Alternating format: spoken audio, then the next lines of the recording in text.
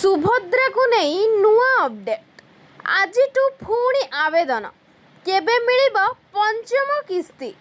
नमस्कार दर्शक बंधु, सुभद्रा योजना को नहीं बड़ अपडेट नुआ करी आवेदन करने को चाहूबा महिला कि युवती गुरुत्वपूर्ण खबर।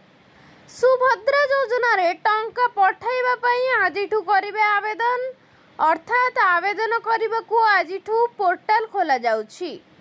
समस्त योग्य हिताधिकारी निकट में जेभली भावे सुभद्रा पहुँचब से नहीं योजना को क्रियान्वयन करने को लगातार भावे प्रयास करिसेंती सरकार। गत मार्च 8 तारिख अर्थात महिला दिवस अवसर रे राज्यर कोटी कोटी रु अधिक हिताधिकारी खाता को आसुला सुभद्रा योजना टंका। तेबे बड़ कथा हेउची आजिठू पुणी पोर्टाल खोलिछि। नुआ करी आवेदन करि परिबे जेउ मानक बयस होई जाइछि किंबा योग्य होई भी कोनोसी कारणरु बाद पड़िथिले से माने पुणी थरे आवेदन करि परिबे। सरकारक अनुमोद क्रमे आजिठू एप्रिल 30 तारिख पर्यंत एक मास पई सुभद्रा पोर्टाल माध्यम रे नूतन आवेदनर ग्रहण करा जिवो। निकटस्थ जनसेवा केंद्र को नहीं आवेदन करि परिबे नुआ हिताधिकारी। तेबे पंचम किस्ती टंका केबे आसीबो, केउ माने पाइबे?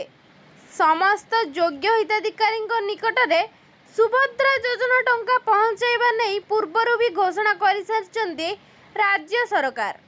वर्ष को 2टी किस्ती रे सुभद्रा टंका पठाउचंती राज्य सरकार। गोटिए किस्ती महिला दिवस और अन्यटी राखी पूर्णिमा दिन आसुअछि। तेबे आसंता राखी पूर्णिमा रे सुभद्रा योजनार पंचम किस्ती टंका खाता को आसीबो। महिला दिवस रे मिलिथिला चतुर्थ किस्ती टंका। पूर्वरु 4टी किस्ती रे मोट 20,000 टंका लेखाएं पाई सारिछंती राज्यर 1 कोटी रु अधिक महिला। किंतु योग्य हिताधिकारी को एथुरु बाद देई दैछंती राज्य सरकार।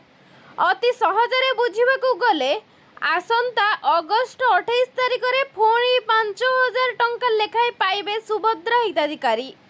तेबे नुआ हिताधिकारी आवेदन करि परिबे कि नाही से नहीं परिवर्तन समय रे सूचना देई परंती राज्य सरकार। ओडिशा रे प्रथम थर पई बीजेपी सरकार गठन करिबा परे फ्लैगशिप योजना सुभद्रार शुभारंभ करा जायतिला।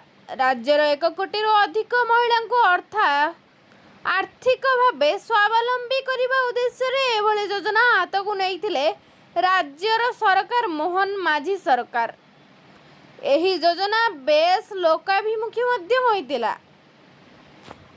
तो दर्शक बंधु, यही भली अपडेट पाइबाकू हेले आम चैनल को सब्सक्राइब करके पाखे थिबा बेल आइकन टी क्लिक कर दियंतु, जहा द्वारा आपण एही विषय रे अपडेट रे रही परिबे।